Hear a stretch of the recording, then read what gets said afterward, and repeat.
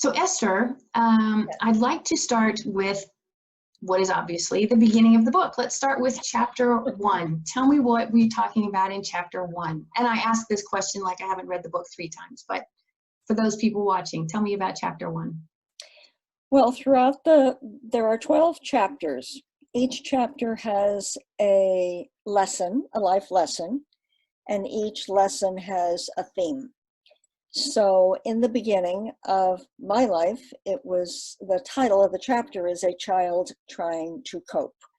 And one of the things I learned how to do was cope. And I also learned that you can't always believe what people tell you. But what you can believe is what they actually do. So trust is a big theme for that chapter. And life was a little complicated and scary and confusing for me at that point, as it often is for any infant, because who knows what's going on when you're an infant. So, but that's the beginning, is trust is key. And when you don't have it, life is scary.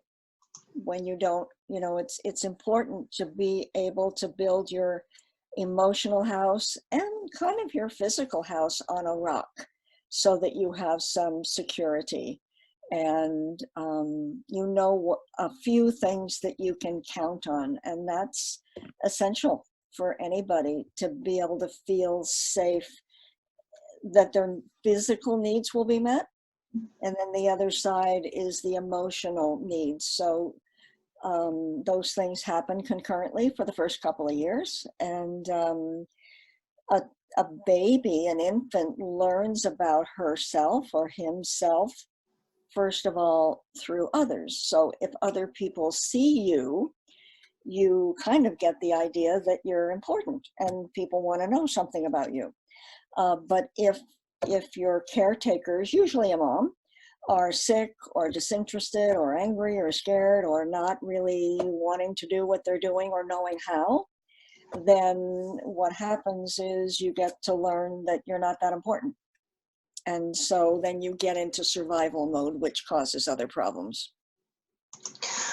Well, and I think that then your expectation is the rejection that you feel from the family, from your mirrors, right. Is something that you then expect to receive from every subsequent human interaction. So your expectation is always rejection from that point forward. It's not, you don't expect trust in a relationship and then you are, betrayed or disappointed or something happens. Your expectation right from step 1 is that you're going to be rejected. And so there's no reason for you to invest in healthy behaviors because you're ultimately going to be rejected. Well, because all you know is all you've experienced, right? As a child, you haven't gone out the front door, so to speak. And so all you know is what you're living with. So there's nothing even else to think about until you go to school or start to watch television or have brothers and sisters or whatever.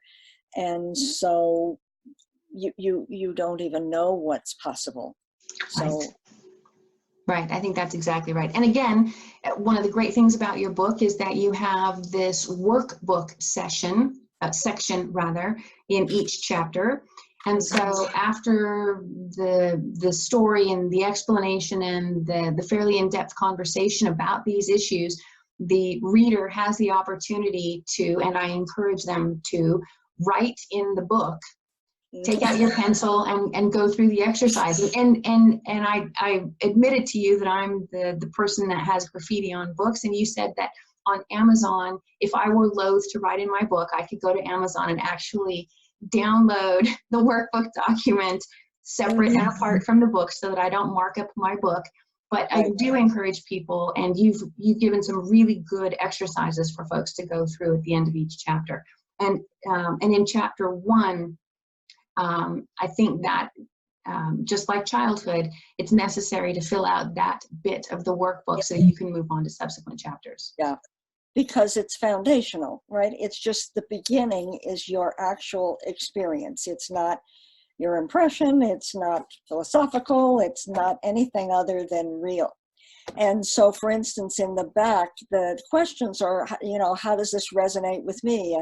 And is there a breach of trust that you experience, and how did you deal with it? And have you ever had trouble in trusting people? And one of the things that I've done in the book, because really the point of the book is that I got unstuck, and a reader can do it too if they want to. So at the end of every lesson are skills. So for instance, in order to, learn more or work through the issue of trust for myself, some things that would help me are learning how to, as you said, manage expectations, exercise self-control, trust myself, and trust others.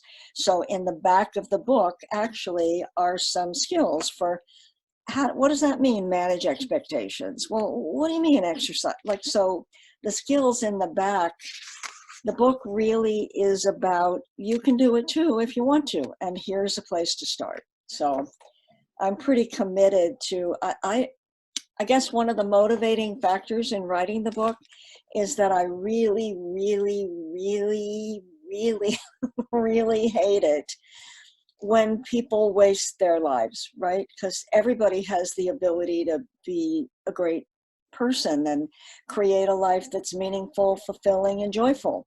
And so when people allow circumstances and other people to define them, and they get stuck in somebody else's expectations or reality or whatever, and they never get to know themselves, having lived that, first of all, it's painful, it's aggravating, and it's kind of dumb.